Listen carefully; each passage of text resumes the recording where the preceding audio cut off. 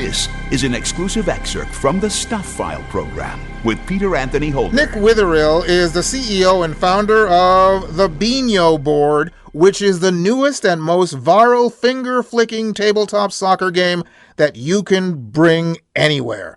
Nick joins us via Zoom from California. Hi, Nick. Hey, how you doing?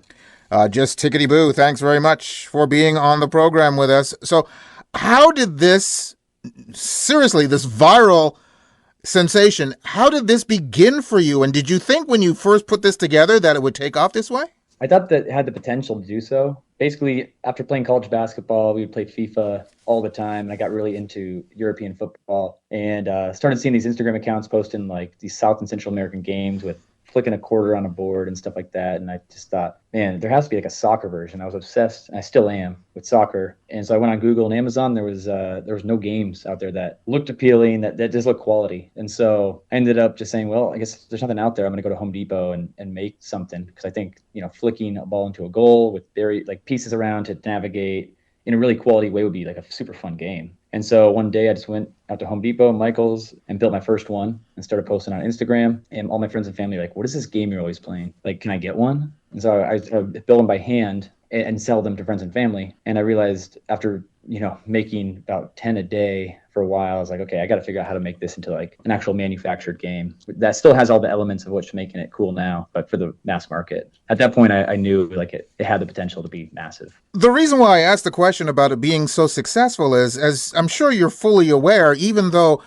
soccer is probably, or football in the rest of the world, as soccer is probably the world's most popular game, and it is getting more and more popular in North America, it still doesn't have that stranglehold that other sports have. And that's why I was asking the question as to, you concerned about the popularity of it, because the game is not as popular as it could be here, although that's growing. Yeah, it's growing a ton. There's just missing elements of American soccer, I think, that we're trying to bring to the table. And me coming from a basketball background, it's built for athletes more so than just a pure soccer field. So I took elements of just the competitive nature of the sport and building it into a game, so that someone that plays football, basketball, baseball, they'll still be able to feel those competitive elements and use it as a gateway to understanding the game of soccer. Because I learned my gateway was FIFA, playing on the PlayStation, and just providing an alternate route to understanding the game. Because once I understood the game of soccer, I was like, man, I see why it's so massive now. It's like anybody can play, and there's so much thought that goes into it, and you got to be on the same page as your teammates, and the depth of the game is what got me. And so I want to be able to give someone a product that can generate that same feeling, and if it leads down the path it led for me, then we achieve our goal, and the game, we do our part in making the game bigger in America. Okay, the game is called Biñho Board, and Biñho is spelled Binho. Why that name, and what does it mean to you? So there was a lot of, in the first few months, we were trying to figure out what the name should be. We went through a lot of bad ones. We had a friend that we called Robaldinho, and he was a big guy but had a lot of swagger to him, and so we loved the Inho suffix. And when I found out in Portuguese it means little, on top of all the famous footballers from Europe and Brazil ending in Inho, it made perfect sense to end in Inho, because it means little, so little soccer, little football. And then I wanted to incorporate some Spanish in there too. And I've grown up in Arizona, with the influence of Mexico, and Spain being so good. I kept the tilde, even though they don't use it in Brazilian Portuguese. I kept the tilde over the N and the dot over the I. That actually makes a finger flicking the ball too. So a little play on the logo. And then the B, Biñho Board alliteration effect sounded really good. So we eventually came to that name. You mentioned the fact that it's geared toward, first of all, it's geared toward everyone, but it really is geared toward people who are athletes. And I've gone online and I've seen stories, I've actually seen video of athletes playing this game. What is it that you feel is so intrinsic to current athletes, both professional and amateur, that seem to love this game so much? I'd say from a gameplay perspective, I've been making games since I was a kid, and I love the variability aspect. A lot of games are built where there's just not a lot of variability potential, but with using real grass, aluminum player pieces, 6 different bands going around the game, you're getting a lot of funky bounces. You're getting a lot of realistic sports type of plays, which makes it feel like a sport. And so when you're competing on the Biñho board, it really feels like you have total control over the game, and there's no lucky rolls or any of that kind of stuff. And then on top of that, I always wanted to have it be a coffee table piece. So I wanted the aesthetic to always be clean, and you can put it on your coffee table. You can bring it to a tailgate. You can bring it to grandma's house, and it'll still look good on the dining table instead of being like a very much a toy look, with the plastics and stuff. I wanted it to not be something that's going to sit on a shelf. I wanted it to be something that people will leave it out because it looks good and it actually brings value to the not only the game itself, but just towards their aesthetic. And then because anyone can play, it's sitting out there and you can just start flicking right away. What is your personal background when it comes to business? And the reason why I ask that question is it's one thing to say, I'm going to start a board game. It's another thing to say, I'm going to start a successful board game. And you have done that. So was there a big learning curve on your part to get this game out?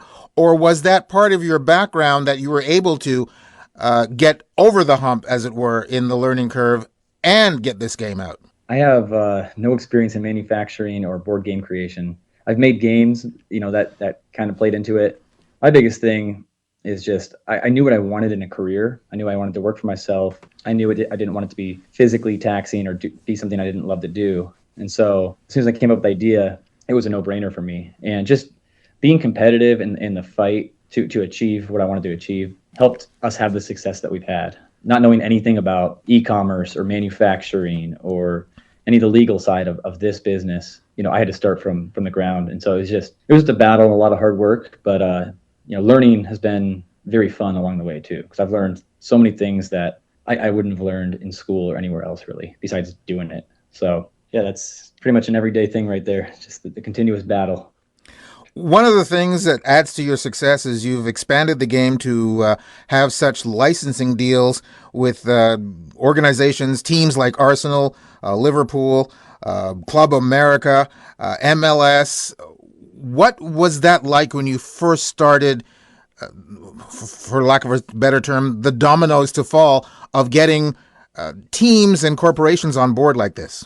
So I had a really good sales guy out east, and he basically got the ball rolling on a lot of these deals. So he was able to kick them off, and we got turned down for a lot of different the MLS and teams in Europe turned us down left and right. But then Arsenal just said, you know what, we like the game and let's do it. And we were just like, really? And so Arsenal really kicked things off in terms of the domino effect. And when you get a team, a club with the prestige of Arsenal, at that point, pretty much everyone's like, okay, I want in. So a lot of the people that said no, and Liverpool was right there with them. It just took longer to get that deal done.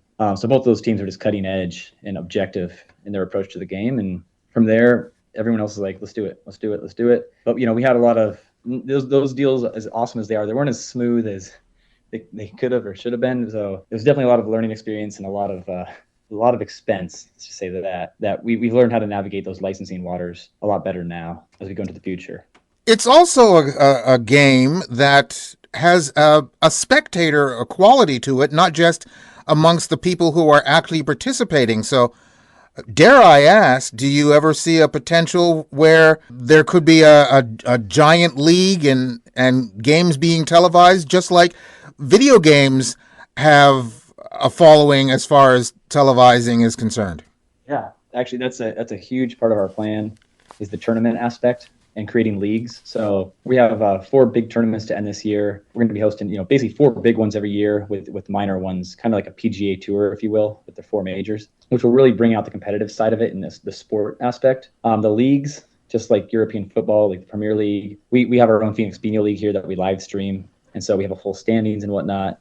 It totally changes the experience when it's competitive. Our goal is to lead up to the World Cup and eventually, before the World Cup, have tournaments in every host city. I think there's, 10 or 12, which will all lead up to a final championship based on qualification, like the day before the actual World Cup final. So there's a lot, the competitive aspect is what makes it so awesome. And these tournaments, people just, they watch. It's fun to see people compete and actually get really good at the game. And that's, been really cool to see how far some people have taken their skills. How much does the game actually cost, by the way, for people who want to buy it right now? So they range. We have our Biñho OG is our lowest price point at 75. That'll be going to 70 soon. when we re-release it. Our Biñho Classic, which is our best seller, sells for $100 right now. The green turf with a little bit upgraded turf is $110. All licensed products are $130. We also offer full custom. So if you wanted to buy, design and create your own board, all the player pieces, can be the colors can be changed, the bands can be changed. You can put your own logo at midfield, turf color. That's $170. And I'm sure you can get it on the website, which is biñhoboard.com. But besides that, it's going to be in store. It is in stores, not only in the United States, but here in Canada as well. Where can we find them, and how easily can we find them? So in the States, biñhoboard.com is the best route. We're in about 120 stores in the States. In Canada, with duties and everything, 401 Games offers it. So that'll save you some money for all our Canadians listening. I'd recommend going through 401 Games. But we don't offer all of our products there. So if you want something that's only offered in America, biñhoboard.com is definitely the place to purchase it. Well, congratulations on your success. And this can only get bigger and bigger, and especially considering you have the World Cup coming up. Congratulations on the success of this game, Nick. Thank you very much for being on the program with us. Absolutely, Peter. Thanks for having me. Nick Witherill, the CEO and founder of the Biñho Board. You can go to my website at thestufffile.com to the page for this show, which is show number 0737, and you'll find links to their site where you can also see some really cool videos about the game, learn the rules, and watch it being played. You've just heard an exclusive excerpt from the Stuph File Program with Peter Anthony Holder. To hear any or all of the full hour-long shows, visit thestufffile.com. Stuph is spelled S-T-U-P-H. That's thestufffile.com. A presentation of Flying Fish Communications.